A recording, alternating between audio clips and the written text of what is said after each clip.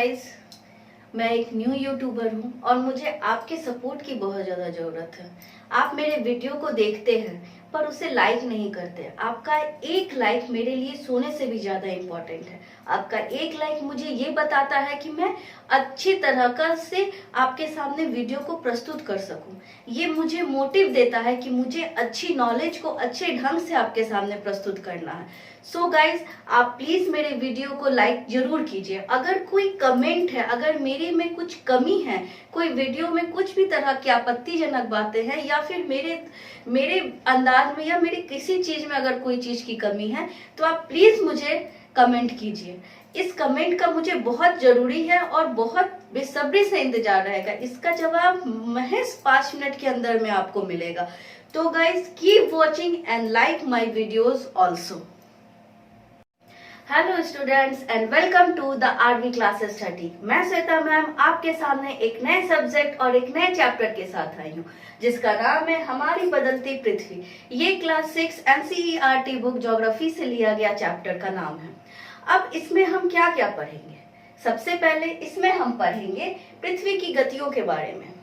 ज्वालामुखी क्या होते हैं, भूकंप कैसे आते हैं, भूकंप की तीव्रता कैसे मापी जाती है, भूकंप मापी को क्या कहते हैं, जहां भूकंप आता है उसे क्या कहते हैं, ये सारी जानकारी आपको इस वीडियो में मिलेगी। उसके बाद आपको जानना होगा कि मुख्य स्थलाकृतियों को प्रभावित करने वाले कारक कौन कौन से होते हैं, कैसे नदियों के कारण, समुद्री तरंगों के कारण, हिमनद के कारण और पवन के कारण हमारी पृथ्वी की आकृतियां बदलती चली जाती हैं। ये सारी जानकारी के लिए आपको इस वीडियो को लास्ट तक देखना बहुत जरूरी है, जो आपके सिविल्स एग्जामिनेशनों के लिए भी काफी इंपॉर्टेंट है। केवल सिविल्स ही नहीं, अदर एग्जामिनेशनों में भी इसकी कुछ ना कुछ क्वेश्चंस जरूर होते हैं, इसलिए इसके बेसिक को जानना हमारे लिए बहुत जरूरी है। यानी कि आज हम सब्जेक्ट 0 लेवल से शुरू करेंगे। सबसे पहले जानेंगे कि आखिर ये लोग क्या हैं, क्यों हैं और किस तरह से हैं। तो चलिए हम ज्यादा टाइम बर्बाद ना करते हुए हमारे चैप्टर को स्टार्ट करते हैं। सबसे पहले है हमारी पृथ्वी की गतियां। क्या है ये गति, कैसे रात और दिन होते हैं, कैसे मौसम परिवर्तन होते हैं।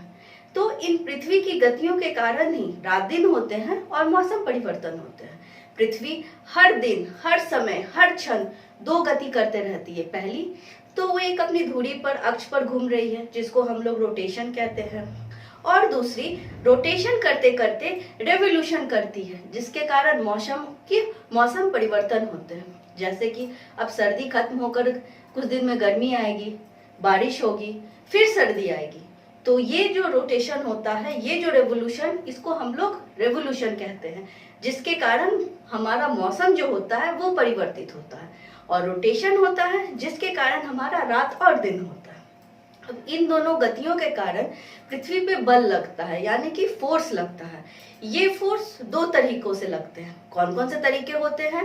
पहला एंडोजेनिक फोर्स और दूसरा हेक्सोजेनिक फोर्स। एंडोजेनिक फोर्स को हिंदी में अंतर्जनित बल कहते हैं और हेक्सोजेनिक फोर्स को हिंदी में बहिर्जनित बल कहते हैं। अब हम लोग जानेंगे कि एंडोजेनिक फोर्स क्या होता है।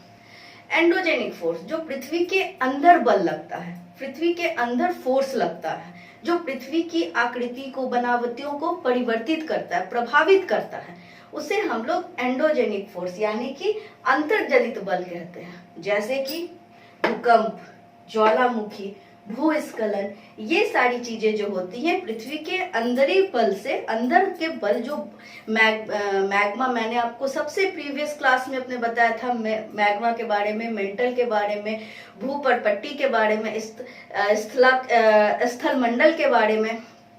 इन सारी चीजों के कारण पृथ्वी के अंदर में कुछ बल लगते हैं, जो बल एंडोजेनिक फोर्स कहलाता है। उस बल के कारण भूकंप, ज्वालामुखी, भूस्खलन होते हैं। इतना ही नहीं, पर्वतों का निर्माण, जब हमने अपने प्रीवियस क्लास में शैल और खनिज संप्रदा पढ़ा था तो उसमें भी मैंने आपको बताया था कि शैलों का निर्माण अर्थात पर्वतों का निर्माण किस तरह से होता है। तो उनका भी निर्माण पृथ्वी के आंतरिक बल यानी कि एंडोजेनिक फोर्स के कारण ही होता है।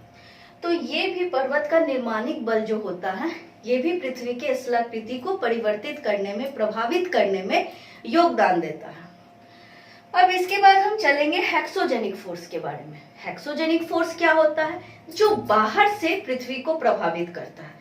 बाहर से बोले तो नदियों के द्वारा, पवन के द्वारा, समुद्री तरंगों के द्वारा, यहाँ तक कि हिम नदियों के द्वारा पृथ्वी को जो प्रभावित करते हैं, पृथ्वी के अपरदन, निष्पक्ष और क्षय का जो कारण होता है, डिस्ट्रक्शन का जो कारण होता है, सॉइल को इरोशन कर इरिगेशन कर देते में जो हमारी सबसे ज्यादा इंपॉर्टेंट रोल रखाता है, वो होता है हेक्सोजेनिक फोर्स।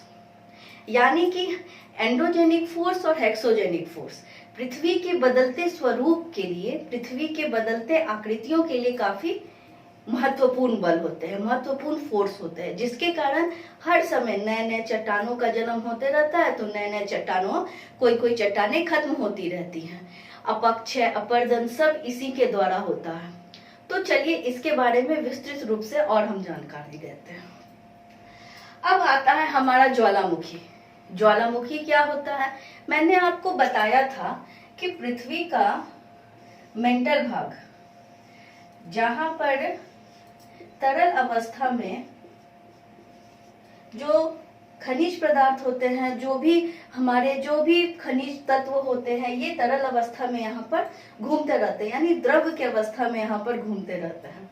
और जस्ट उसके ऊपर में प्लेट्स होते हैं जो स्थल मंडल में पाए जाते हैं। अब ये प्लेट्स हर जगह तो नहीं हटते हैं, कहीं कहीं पर ही हटते हैं। क्यों हटते हैं? वो कहीं कहीं पर, यानी कि जहां पर पृथ्वी की आकृति कम होती है, जहां पर ये फोर्स मैग्मा का मेंटल का ज्यादा लगता है, वहां पर ये प्लेट्स जो होते हैं वो हट जाते हैं। हटने के क्रम में क्या होता है, जब वो हट गए तो यहाँ से एक मार्ग जो होता है वो खुल जाता है, जिसमें से जो भी तरल पदार्थ होते हैं वो आसानी से इसमें से निकलना शुरू कर देते हैं। जहां से ये निकलते हैं उसे हम लोग क्रेटर कहते हैं। और ये जो होता है, यहाँ पर हमारा लावा निकलता है, जिसमें गैसेस होती हैं, खनिज पदार्थ होते हैं, ये सारी चीजें यहाँ से निकलती हैं। तो जहां से जो भी स्थलाकृति, जहां से ये सारी चीजें निकलती हैं, वो ज्वालामुखी कहलाती है। यानी कि ज्वालामुखी पृथ्वी का वह भाग है, वह हिस्सा है जहां से डायरेक्ट मेंटल से लावा या मैग्मा ऊपर आता है और हमारी पृथ्वी पर आता है। यहाँ के वातावरण से, यहाँ के वायुमंडल से अभिक्रिया करके संक्रमित होकर यहाँ के इन्वायरमेंट में एडजस्ट कर नए पर्वत निर्माण करता है। तो इस तरह से हम देखते हैं कि ज्वालामुखी जो होता है वो भी हमारी पृथ्वी के बदलते स्वरूप में काफी योगदान करता है। अब इसके बाद हम चलते हैं भूकंप पर। भूकंप मैं आपको इस तरह से समझाती हूँ। सपोज आप मैं इस तरह से आपको समझाती हूँ। सपोज आप गैस तो सब लोग देखे होंगे, सबके घर में गैस होगा। उस पे एक बर्तन रख दीजिए, जिसमें पानी डाल दीजिए और उसको ढक दीजिए। और ढक्कन के ऊपर एक चम्मच रख दीजिए, कुछ बटन रख दीजिए, मटर के दाने रख दीजिए, ये सारी चीजें आप रख दीजिए। और गैस को पूरी जोर से, मतलब जो पूरे उसका वो होता है, फुल वॉल्यूम होता है, जिसमें बहुत बड़े गैसेज आते हैं, बहुत बड़े से गैस जलने लगता है, उसको कर देते हैं। उसके बाद हम क्या देखते हैं गाइस? हम देखते हैं कि कुछ देर के बाद पानी जो है वो खौलने लगता है। पानी खौलता है तो क्या होता है, बर्तन की जो, मतलब केतली के जो ऊपर बर्तन रखी हुई है वो हिलने लगेगा। वो हिलने लगेगा तो उसके ऊपर रखा हुआ सामान वो भी हिलेगा, वो भी हिलने लगता है। चम्मच जो मैंने रखा है, हमने रखा, उसकी भी आवाज होने लगती है। तो जस्ट भूकंप जो होता है, जस्ट यही चीज होता है। पृथ्वी के अंदर प्लेट्स के हिलने से कुछ घर्षण पैदा होता है, वो घर्षण घरघराते हुए ऊपर तक आता है और इसे ही हम भूकंप कहते हैं, जिससे आसपास के सारे जो चीज होते हैं वो हिलने लगते हैं, उसे ही भूकंप कहा जाता है। अब मैं बताती हूँ, भूकंप जो 6 तीव्रता का आता है वो सबसे ज्यादा, उसके बाद से ही सबको ज्यादा हानि पहुंचता है, बहुत ज्यादा वो प्रॉब्लम क्रिएट करता है। 5 भी आता है तो उससे भवन उवन जो बनते हैं, बहुत बड़े बड़े मकान वगैरह, वो सब गिरने का डर रहता है। 6 बहुत ज्यादा भयंकर होता है, और 7 का तो बात ही छोड़ दीजिए। 7 में तो बहुत सारे मवेशी लोगों की मृत्यु हो जाती है। इसी तरह 26 जनवरी 2001 को गुजरात के भुज में भी एक भूकंप आया था। वो इतना जानलेवा था, उसकी भी तीव्रता 6.9 थी। वो इतना जानलेवा था कि बहुत से जगहों पर चारकोल के कारखानों के पलट जाने से, गिर जाने से आग लग गई थी। सबसे ज्यादा स्कूल प्रभावित हुआ था, स्कूल की बिल्डिंगें गिर गई थी। 931 की कितने बच्चे की मतलब मृत्यु, बहुत सारे घायल हो चुके थे। इतना त्रासदी वाला भूकंप था वो, जिसको भुज आज भी याद करता है। तो हम जानते हैं भूकंप जिससे नापा जाता है उसको हम रिएक्टर स्केल कहते हैं, यानी कि भूकंप मापी कहते हैं। इस पे भूकंप की तीव्रता मापी जाती है। हम लोग जानते हैं कि भूकंप किस तरह से, कितनी तीव्रता के साथ आया है। वैसे तो भूकंप के लिए कोई प्रॉपर तो वे नहीं है जिससे हम लोग को पता चल पाए कि यहाँ भूकंप आने वाला है, हम लोग बच जाएं। ऐसा कोई चीज नहीं है। लेकिन हाँ, कभी कभी जो जंगल के लोग अगल बगल में रहते हैं, उनका कहना रहता है कि पक्षियों का को थोड़ा सा थरथराना शुरू हो जाता है, सांप वगैरह धरती पर आ जाते हैं, या मछलियों का जो आवाज होता है उसके द्वारा समझ में आता है कि वहां पर कुछ होने वाला है, कुछ प्राकृतिक आपदा आने वाली है। ये होता है भूकंप के बारे में। अब हम चलते हैं मुख्य स्थलाकृतियों को प्रभावित करने वाले तत्व। मुख्य स्थलाकृतियों को प्रभावित करने वाले तत्व यानी कि हम जहाँ रहते हैं, जिस परपट्टी पे रहते हैं, उसको बहुत सारी चीजें प्रभावित करती हैं। आप लोग को गाइस पता होगा कि नदियों के ही कारण बाढ़ आती है। नदियों के ही कारण सॉइल जो होती है, मिट्टी जो होती है, वो उसका कटाव होता है। नदियां अपने साथ बहुत सी मिट्टियों को तोड़कर, बहा कर ले जाती हैं। आपको याद होगा, हम लोगों ने बाहुबली मूवी देखी होगी, बाहुबली पहला, जिसमें प्रभास जो होता है वो पर्वत पर चढ़कर ऊपर जाता है। तो वो पर्वत से जो नदी गिर रही है, वो नदी को हम लोग जलप्रपात कहते हैं। वो ऊपर से तो झरना गिर रहा है नीचे जोर से, उसको हम लोग जलप्रपात कहते हैं। जब वो नीचे की तरफ गिरता है तो वो चट्टान को तो भाई प्रभावित नहीं कर पाया, क्योंकि चट्टान उससे ज्यादा स्ट्रांग है।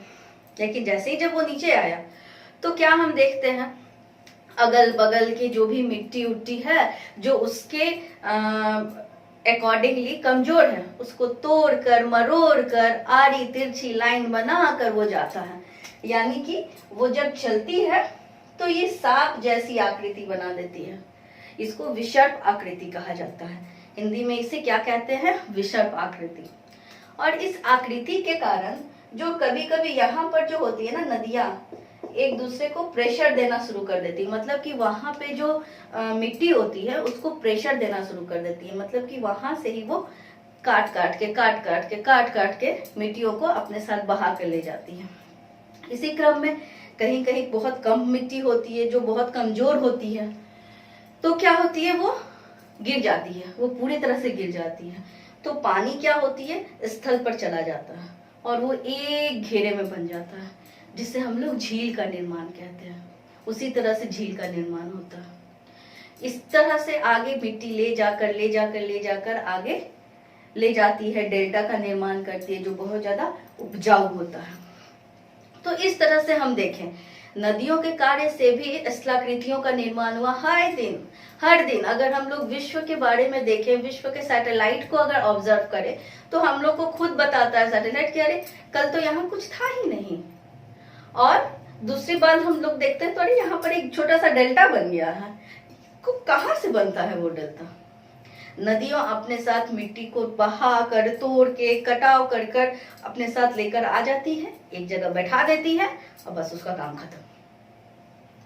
इस तरह से मिट्टी भी पृथ्वी के बदलते रूप में, नदियां भी पृथ्वी के बदलते रूप में बहुत काम करती है। इसके बाद हम देखते हैं समुद्री तरंगे। समुद्री तरंगों को देखते हैं तो हम क्या देखते हैं, समुद्र भी की जो तरंगे होती हैं वो चट्टानों से टकराती हैं। लहरें तक चट्टानों से टकराती हैं। टकराने के क्रम में चट्टानों को वो धीरे धीरे धीरे धीरे पतला करना शुरू कर देती हैं, जिसके कारण जो चट्टानें बहुत कमजोर होती हैं वो क्या हो जाती है, उस समुद्री लहरों के तरंगों के कारण उसमें एक होल हो जाता है, छेद हो जाता है, वो टूटने लगती है और ये टूटने के क्रम में एक समुद्री गुफा का निर्माण हो जाता है। तो इस तरह से हम देखते हैं और अपने साथ समुद्र की जो तरंगे होती हैं वो जो भी होते हैं, कंकड़ पत्थर जो भी चीज होती है, सबको बहाकर एक मुहाने पे डालना शुरू कर देती है। मुहाना मतलब किनारों पे डालना शुरू कर देती है। तो हम देखते हैं कि वहां पर एक बड़ा सा विशाल का कहीं कोई चट्टान नहीं था, लाते लाते लाते लाते बड़ा सा चट्टान बना के रख दी और जहां चट्टान था उसको तोड़ ताड़ के गुफा बना दिया। इस तरह से भी हम लोग देख सकते हैं। अगर हम बात करें हिमनद के कार्य की, हिमनद क्या होता है?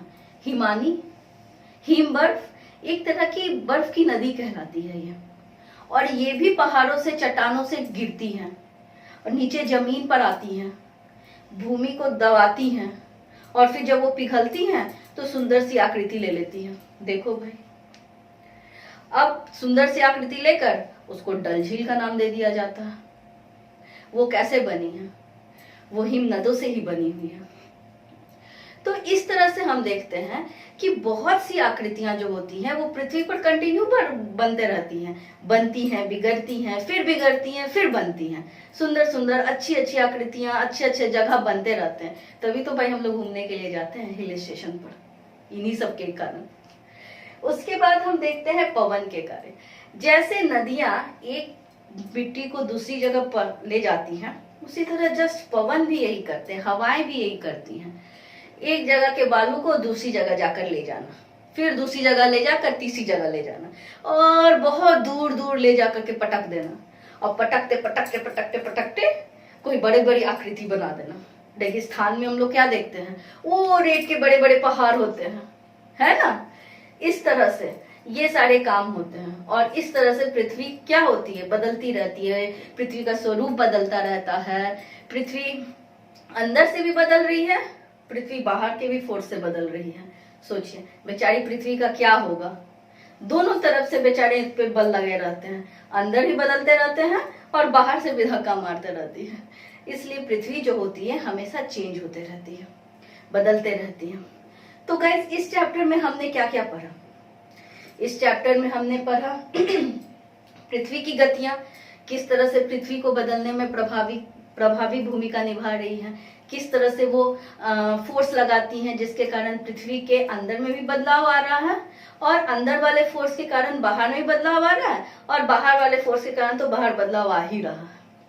उसके बाद हमने जाना ज्वालामुखी, भूकंप के बारे में, हमने जाना मुख्य स्थलाकृतियों को प्रभावित करने वाले कारक के बारे में, जिसमें नदियों के कार्य हैं, समुद्री तरंगों के कार्य हैं, हिमनद के कार्य हैं और हवाओं के कार्य हैं। ये सारे कार्य हैं गाइस। ये जो आपकी जो मैंने बनाया है, ये जो आपका ये आकृति का मैंने जो एंडोजेनिक फोर्स और हेक्सोजेनिक फोर्स के बारे में जो मैंने बताया है वो आप लोग लिख लीजिए। इस पर्पज से बहुत ज्यादा इंपॉर्टेंट है क्योंकि इसी पे ये पूरी पृथ्वी जो है, बदलती पृथ्वी के आयाम टिका हुआ है। क्योंकि पूरे पार्ट लेसन में जो कुछ भी मैंने बताया, जो भी चीज बताया, उसका सार तत्व बस यही है। तो ये आप लोग लिख लीजिएगा तो बहुत ही अच्छा होगा क्योंकि ये आपके एग्जामिनेशन में बहुत इंपॉर्टेंट भूमिका निभाएगी। आप जान पाएंगे कि आखिर क्या होता है, हेक्सोजेनिक फोर्स, इंडोजेनिक फोर्स क्या है, उसको कौन कौन से तत्व प्रभावित करते हैं, कैसे इन दोनों फोर्सों की वजह से पृथ्वी बदल रही है। तो गाइस, इस चैप्टर में बस इतना ही। मिलते हैं अगले चैप्टर में जिसका नाम है वायु, जो ज्योग्राफी से लिया गया है, वही एनसीईआरटी क्लास 6 से। नई जानकारी और नए ज्ञान के साथ मैं फिर से हाजिर होंगी। तब तक मेरे चैनल को सब्सक्राइब करें, मेरे वीडियो को लाइक करें और बेल आइकन का बेल बजाना ना भूलें। ठीक है गाइस, अच्छे से रहिए, सेफ रहिए, सुरक्षित रहिए। जय हिंद, जय भारत, जय बिहार। Thank you.